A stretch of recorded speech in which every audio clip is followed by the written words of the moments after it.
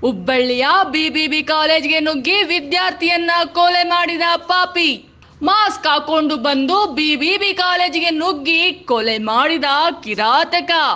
Mask ಹಾಕಿಕೊಂಡು ಬಂದು BBB ಕಾಲೇಜಿಗೆ ನುಗ್ಗಿದ ಕಿರಾತಕನೊಬ್ಬ ವಿದ್ಯಾರ್ಥಿಯನ್ನ ಮನಬಂದಂತೆ ಚಾಕುವಿನಿಂದ ಇರಿದು ಕೊಲೆ ಮಾಡಿದ ಘಟನೆ ಈಗಷ್ಟೇ ನಡೆದಿದೆ. ಹೌದು, ಯುವಕನೊಬ್ಬ ಬಿಬಿಬಿ ಕಾಲೇಜು ಕ್ಯಾಂಪಸ್ಗೆ ನುಗ್ಗಿ ವಿದ್ಯಾರ್ಥಿಯೋರ್ವಳಿಗೆ ಮನಬಂದಂತೆ ಚಾಕುವಿನಿಂದ ಇರಿದಿದ್ದಾನೆ. ಎಂಸಿಎ ಓದುತ್ತಿದ್ದಂತಹ ವಿದ್ಯಾರ್ಥಿಗೆ ಚಾಕುವಿನಿಂದ ಇರಿದಿದ್ದು ಆಕೆಯನ್ನ ತಕ್ಷಣವೇ ಕಿಮ್ಸ್ಗೆ ರವಾನೆ ಮಾಡಲಾಗಿದೆ. ಘಟನೆಯ ಮಾಹಿತಿ ತಿಳಿಯುತ್ತಿದ್ದ ಹಾಗೆ ವಿದ್ಯಾನಗರ ಠಾಣಾ ಪೊಲೀಸರು ಸ್ಥಳಕ್ಕೆ ದೌಡಾಯಿಸಿದ್ದು ಮಾಹಿತಿಯನ್ನ ಕಲೆ ಹಾಕುತ್ತಿದ್ದಾರೆ.